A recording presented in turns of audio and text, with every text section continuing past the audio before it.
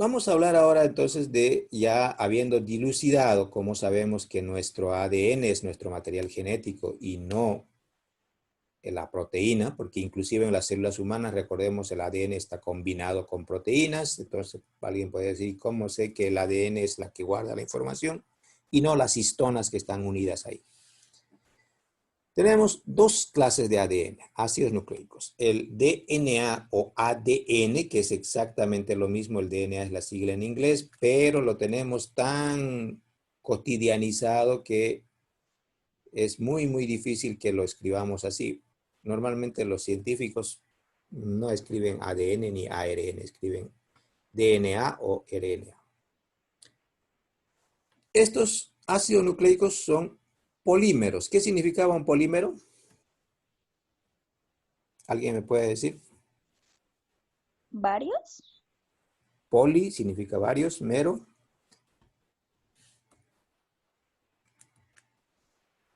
¿Qué entendemos como polímero?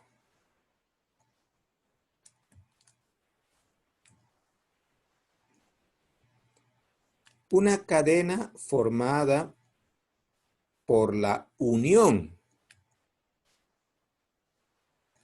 de varias unidades menores.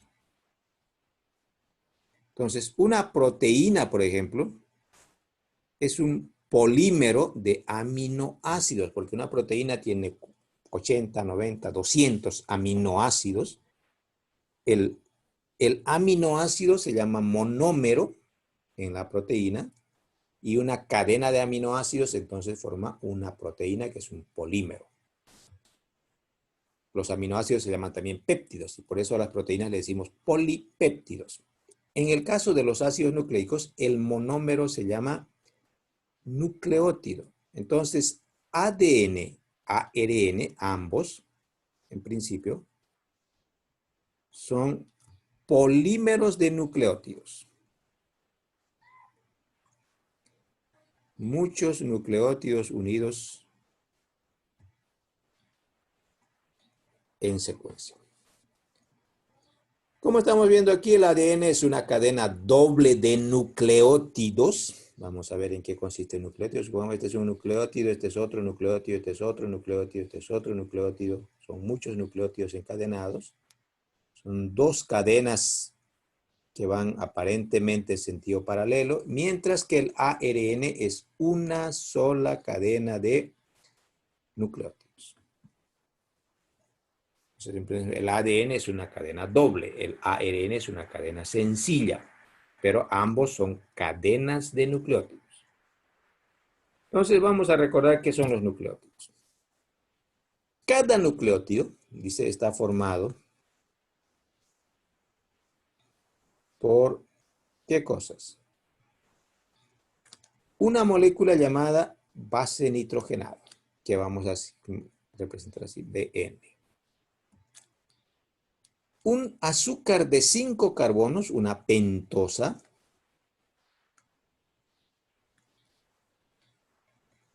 que tiene dos variantes. Hay la ribosa y la desoxirribosa. Y un grupo fosfato. Cada nucleótido tiene eso, una base nitrogenada, un azúcar simple, una pentosa y un grupo fosfato. Aquí lo tenemos representado, esta es nuestra pentosa, puede ser la ribosa o puede ser la desoxirribosa. El grupo fosfato que está unido a este punto de la base nitrogenada y la base nitrogenada que estaría unido acá. Fosfato, pentosa y base nitrogenada. Los más variables, en este caso, son las bases nitrogenadas. Tenemos 5 clases: adenina, guanina, citosina, timina y uracilo. Bueno, aquí otra representación de cómo tenemos la ribosa. Esto sería ADN o sería ARN. ¿Ah? ¿ADN o ARN sería?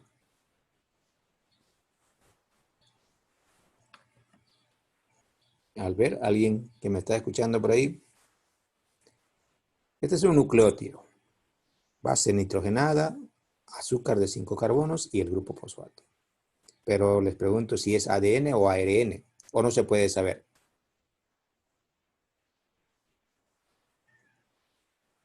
¿Mm? ¿Se puede saber cuál es? Sí, porque tiene ribosa. ¿Quién tiene ribosa, el ADN o el ARN?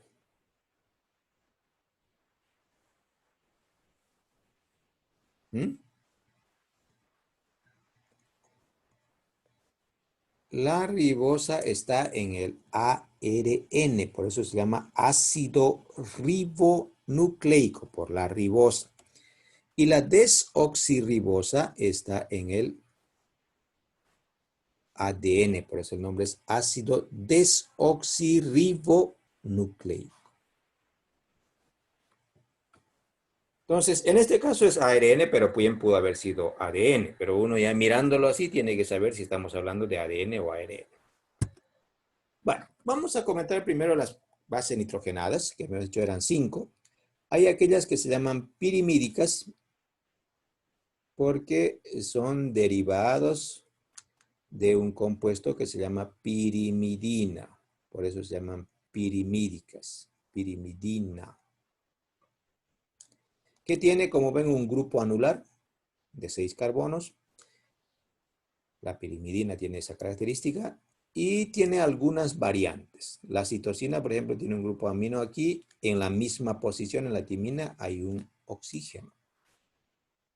En cambio, en lo que se refiere a los demás componentes, aquí tengo un grupo, un nitrógeno suelto, aquí tengo un grupo amoníaco, ¿no? Y así aquí en la timina hay un grupo metilo que en el uracilo no está.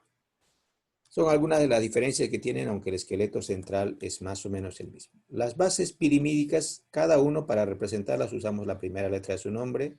Cuando hablamos de citosina siempre vamos a poner una C. Cuando hablamos de timina vamos a poner una T y cuando hablamos de uracilo ponemos una U. Y esto afortunadamente es la misma simbología en castellano o en inglés, porque el nombre es bastante parecido. Y tenemos a las bases púricas, porque estas son derivadas de un compuesto que se llama purina. Como pueden ver, a diferencia de la pirimidina o de las pirimídicas, este compuesto tiene 2 grupos cíclicos,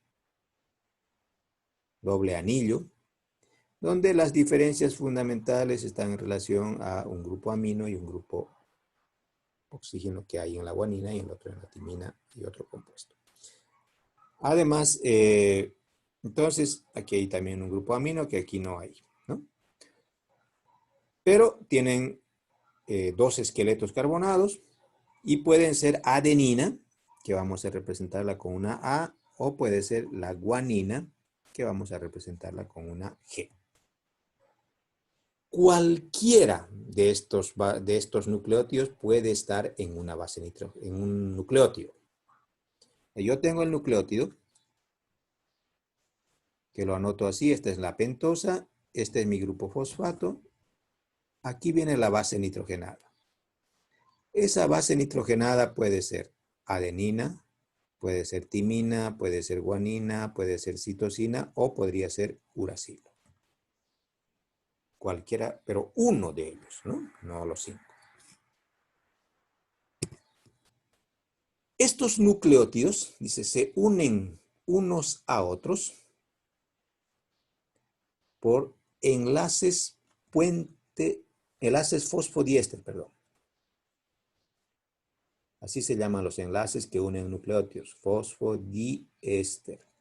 Los enlaces de las glucosas, por ejemplo, son enlaces glicosídicos, los enlaces de los lípidos son enlaces éster, de las proteínas son enlaces peptídicos y de los ácidos nucleicos son enlaces fosfodiéster. ¿Qué es lo que tenemos aquí? Este es un nucleótido. Yo tengo, aquí está el grupo fosfato Esta sería la ribosa, porque además me lo está diciendo. Podría haber sido la desoxirribosa. Y este es el uracilo, fosfato, azúcar, base nitrogenada. Se une por un enlace fosfodiéster al siguiente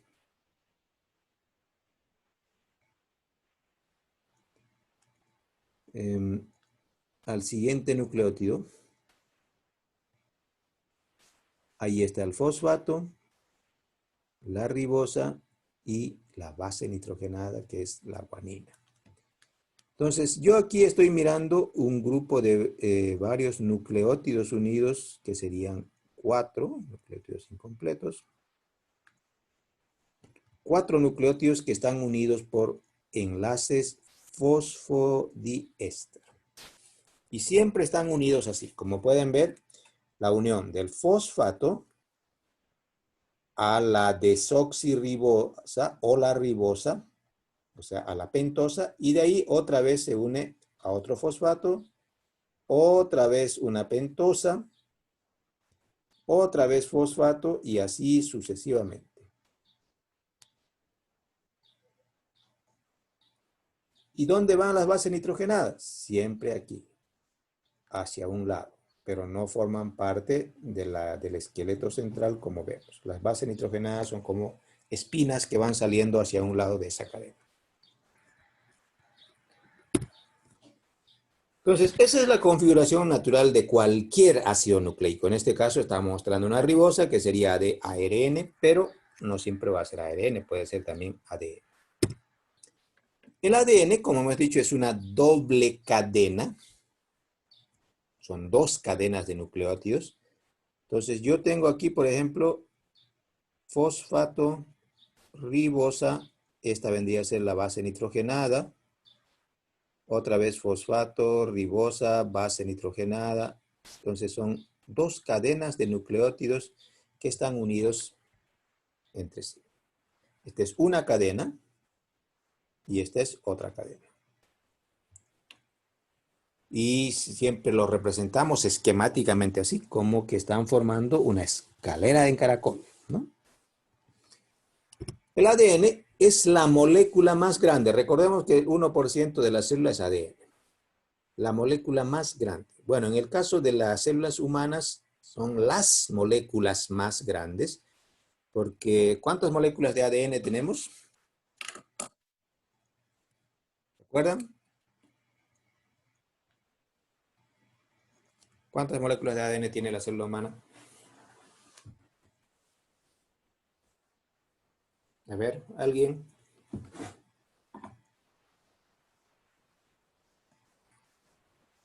A ver, Allison, ¿me escucha? ¿Cuántas moléculas de ADN tenemos?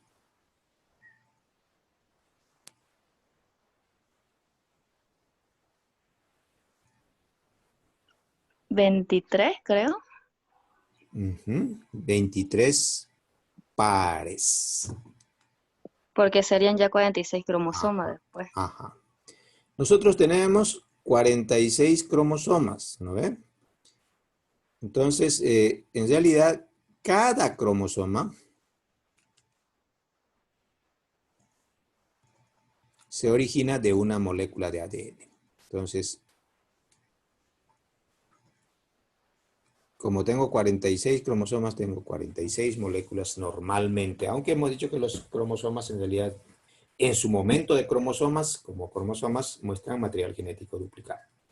Pero nosotros tenemos 46 moléculas de este ADN encerrados en el núcleo de cada célula. Tiene tamaño y cantidad constante para todas las células de una especie determinada. Si yo tengo 3.425.001 nucleótidos en una célula, en la otra tiene que haber exactamente la misma cantidad. No le puede sobrar ni faltar un solo nucleótido. Porque si no, estaría diciendo que esa célula tiene información genética alterada. Ahora, se supone que si yo tengo 3.400.001 nucleótidos como humano, cada una de las personas que corresponde a la especie humana también tienen la misma cantidad. 3.400.001 nucleótidos. Tendrían que tener esa misma cantidad si somos personas normales y no tenemos nuestra información genética cambiada o alterada. O sea, es constante. El ADN no cambia. En toda la vida y en cada célula tenemos siempre la misma cantidad de ADN. El día que nuestro ADN cambie, aunque sea aumente un nucleótido, estamos hablando de un cambio en su estructura genética. Una mutación. Está formado por una doble cadena de nucleótidos que se consideran antiparalelos. Cuando nosotros tenemos dos flechas así, y la punta está en ambos casos hacia el mismo lado, estos son paralelos. Si yo tengo dos flechas que tienen la misma dirección, pero una apunta hacia la izquierda y el otro apunta hacia la derecha, entonces tenemos un antiparalelismo. Eso es lo que tiene el ADN. Dos cadenas antiparalelas. Eso quiere decir que si esta cadena, este lado, apunta hacia este lado, hacia abajo, el otro lado está apuntando hacia arriba. Vamos a explicar eso a qué se refiere, pero tenemos que entender y tener bien claro que las dos cadenas de ADN son siempre, siempre, siempre antiparalelas. Y también recordar que en los eucariontes se encuentra unido a proteínas formando la cromatina. Esas proteínas son las histonas, de las cuales tenemos un octámero formado por 4 proteínas y la H1 final que hace la especie de una grapa o pegamento para que no se desarrolle, ¿no? Entonces, esa es en suma una molécula de ADN.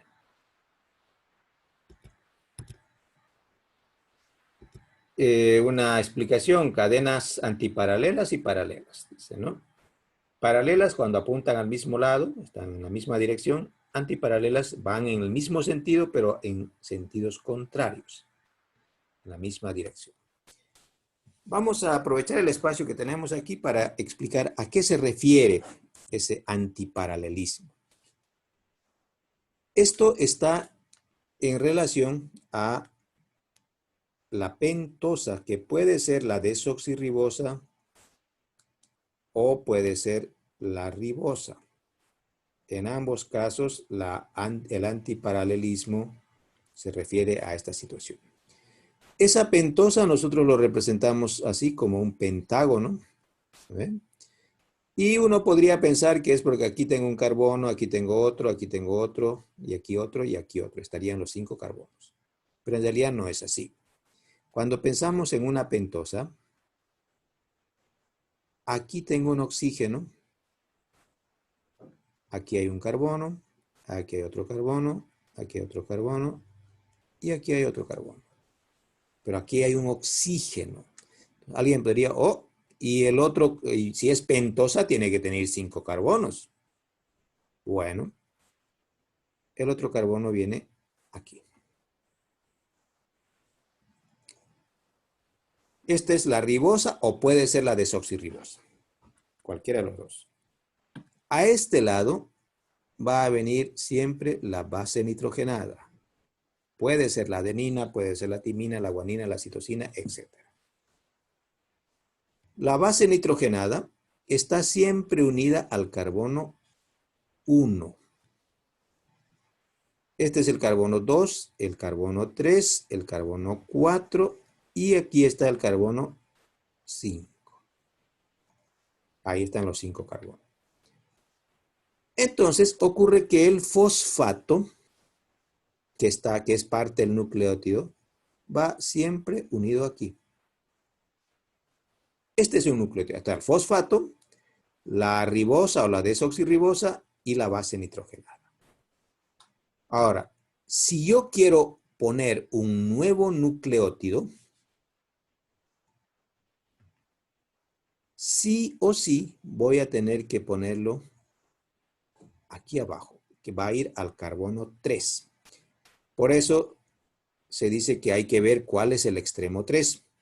Ahora, ocurre que en el otro lado, aquí está la base nitrogenada, lo vamos a dibujar al revés. La pentosa está volcada. Aquí está el oxígeno. El oxígeno, fíjense, está abajo.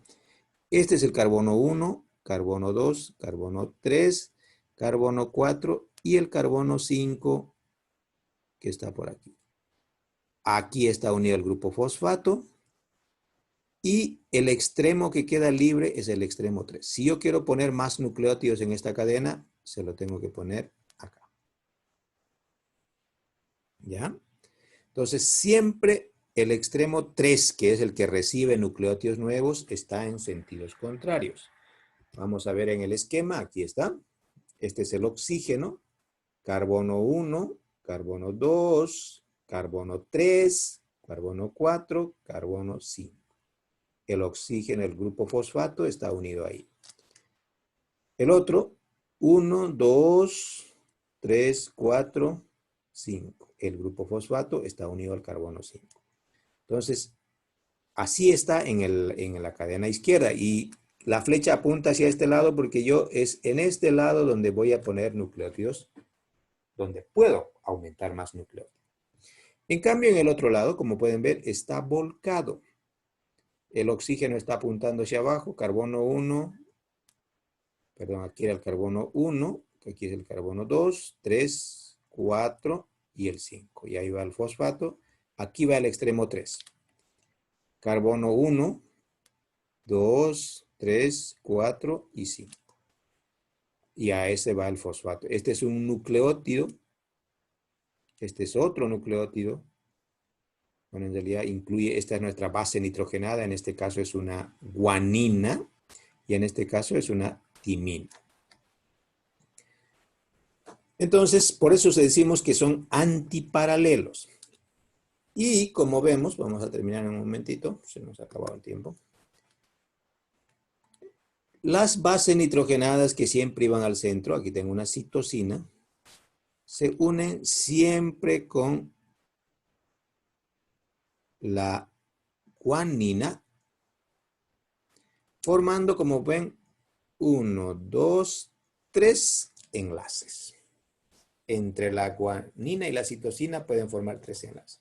En cambio, la adenina, no importa si está en el lado izquierdo o en el lado derecho, se une con la timina. Adenina, timina, en el caso del ADN, doble enlace. Guanina, citosina, triple enlace. Esto hace, recuerden que estos dos, adenina, citosina, son bases púricas. Timina, citosina son pirimídicas, que en cualquier pedazo de ADN la cantidad de bases púricas sea siempre igual a la de bases pirimídicas. Pero más específicamente, la cantidad de adeninas siempre va a ser igual a timinas, porque la adenina solamente se une con la timina. Si yo tengo 20 adeninas en un pedacito de ADN, tiene que haber 20 timinas. Si yo tengo 25 adeninas, 25 timinas. Y la citosina es lo mismo. Si tengo 15 citosinas, tiene que haber 15 guaninas. Si tengo 35 citosinas, tendrá que haber 35 guaninas, porque siempre es citosina con guanina formando triple enlace.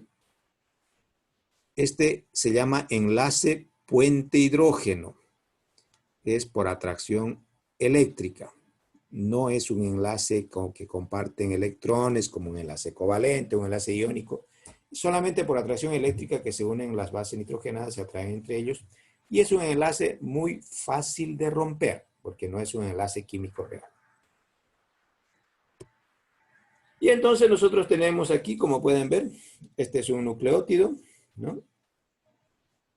No sé, aquí parece que le han puesto doble fosfato, no sé qué han hecho, pero aquí tengo adenina, la desoxirribosa sería, y el grupo fosfato. Este es un nucleótido, si ustedes quieren. Otro nucleótido con timina, otro nucleótido con citosina, y que se van uniendo por atracción eléctrica. Aquí 3 enlaces entre citosina guanina, doble enlaces entre timina adenina, para formar una cadena doble. ¿Ya? Cadena doble, pero antiparalelo. En este caso, siempre hay una molécula que va en este sentido, una cadena, perdón, en este sentido, y la otra cadena que va en sentido contrario.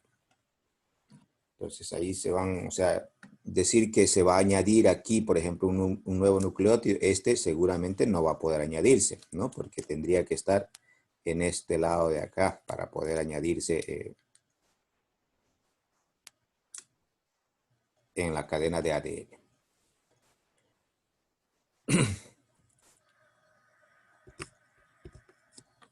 Este es otro esquema de cómo tenemos la cadena de ADN. Están viendo la imagen, ¿no? Como ven, tenemos un esqueleto, el esqueleto central de la unión de los grupos fosfato con las desoxirribosas que están aquí, y las bases nitrogenadas siempre salen a un lado. En este caso, un nucleótido, por ejemplo, es esto de aquí. Este es un nucleótido, este es otro nucleótido. Tenemos en el esquema 4 nucleótidos en cada lado. Pero como el ADN es siempre una doble cadena, entonces nosotros hablamos siempre de PBN. ¿Qué significaba PBN? Cuando hablo de largo de una cadena, yo no digo pares de nucleótidos, digo pares de bases nitrogenadas. Ese es el PBN. O sea, que significa lo mismo que pares de nucleótidos. Tengo 4 pares de nucleótidos en ese pedacito de ADN que estoy mostrando acá, por ejemplo.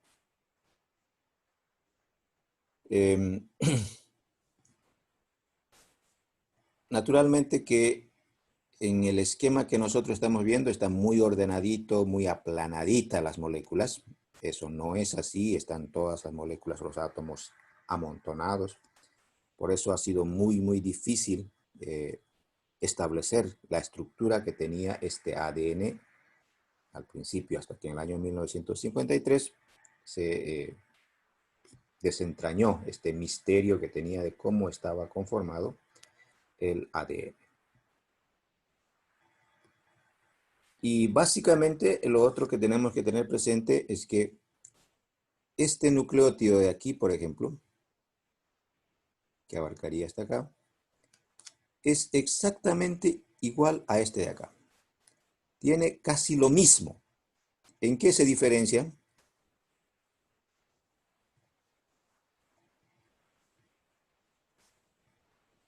¿Qué diferencia tendría entre estos dos nucleótidos? ¿Mm? Son casi iguales, pero no son iguales.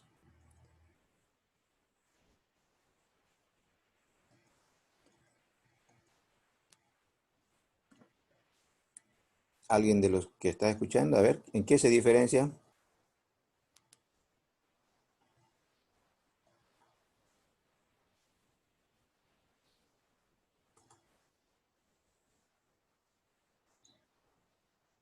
A ver, Jimena, Laura.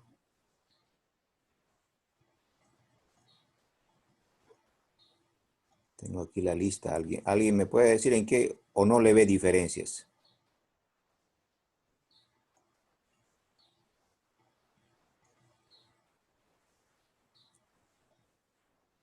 Emerson, a ver, dígame algo, porque es el único varón que hay en el aula ahorita, a excepción de, o sea, de estudiantes, ¿no?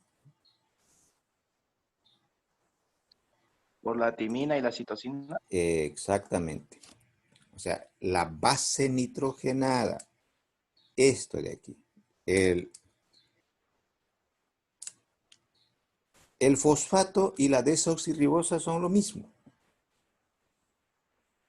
Y entonces, entre la primera y la segunda, igual la única diferencia es la base nitrogenada que puede llevar ese nucleótido. En uno hay timina, en el otro hay guanina.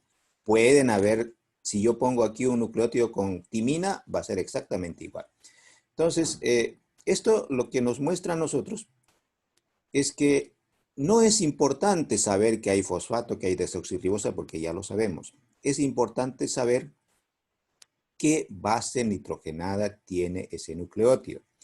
La secuencia de bases nitrogenadas, el orden en que aparecen esas bases nitrogenadas, es lo que nosotros conocemos como información genética.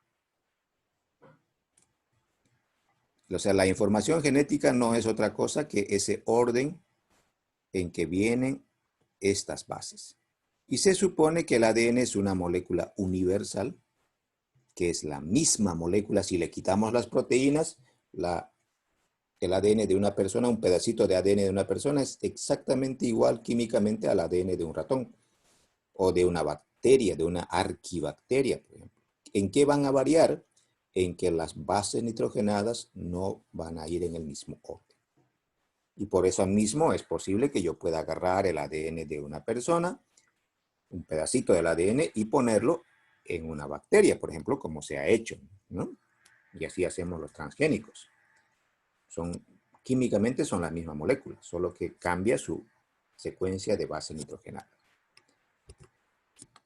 Esta es la foto de cómo se vería el ADN, ¿no? Entonces, esta sería la cadena de fosfato con desoxirribosa, como ven, es una molécula continua. La otra cadena que está por ahí, la fosfato desoxirribosa, y se supone que las bases nitrogenadas están ahí al medio, que son las que forman los enlaces que estamos viendo. Se sabe inclusive que más o menos cada 10 pares de bases tienen una longitud de 30 Armstrong, y la cadena, la molécula en sí, tiene un grosor de 20 Armstrong, o sería equivalente a 2 nanómetros.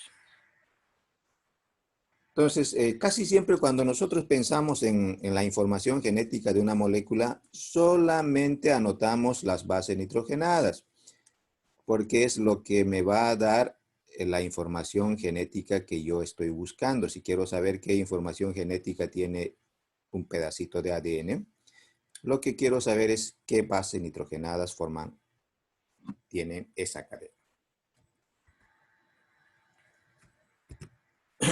Y sabemos que ese ADN, como lo vemos aquí están los enlaces puente hidrógeno. En el caso de nuestra célula, como es mucho ADN, está unido a proteínas, a las histonas, forman una fibra gruesa de 30 nanómetros. Cada uno de estos es un nucleosoma. Esos nucleosomas se van compactando durante la división más y más hasta formar estructuras que podemos verlas durante la división como estos cromosomas, ¿no? Que aparecen, bueno, está mal recalcado, pero ahí así es un cromosoma. Esto lo observamos en la división, y en el caso de los humanos, básicamente esta estructura es lo que observamos en interfase. En las bacterias solamente tendríamos esto, ADN así, sin proteínas. En los procariontes, que es una de las diferencias que nosotros tenemos con las células que no tienen núcleo. Ahora bien, y ahí están las fotitos, ya la habíamos visto, de que así se pueden ver cuando están en periodo divisional. Aquí tengo una metafase, aquí tengo una anafase, por ejemplo, que ya hemos visto. El principio básico, para que lo vamos a repasar después, para que la célula pueda copiar su ADN cuando se va a dividir. Esta es nuestra molécula de ADN. ¿Ve? Aquí solamente hemos anotado las bases nitrogenadas. Se supone que aquí hay fosfato, hay desoxirribosa, fosfato, desoxirribosa, pero a nosotros no nos interesa porque lo que queremos ver es cómo se copia la secuencia de bases nitrogenadas. La adenina siempre está unida a la timina, la citosina, si hay citosina a un lado, al otro lado hay guanina, si hay guanina, al otro lado hay citosina, y así sucesivamente. Entonces, el principio básico del copiado de ADN es que esta cadena se va a abrir, se va a separar, se van a romper los enlaces puente hidrógeno y vamos a tener dos cadenas separadas, ¿no? Y cada lado sirve como molde para que pueda formarse una nueva cadena. O sea, si había adenina aquí, voy a poner timina. Si había citosina, voy a poner guanina. Si había guanina, voy a poner citosina. En el otro lado exactamente lo mismo. Uno crecerá de abajo hacia arriba, el otro de arriba hacia abajo, porque son antiparalelos. Pero al final tengo dos moléculas nuevas exactamente con la misma secuencia que la cadena original. Y en estas dos moléculas nuevas, entre comillas, en realidad un lado es viejo, por así decir, y el otro lado es nuevo, ¿no? O sea, son cadenas seminuevas. Pero químicamente las moléculas no envejecen, entonces nosotros no podemos decir esta es una cadena vieja, porque es entre comillas, porque tiene un lado que es una cadena vieja y el otro lado que es una cadena nueva, que nosotros químicamente no vamos a ser capaces de distinguir.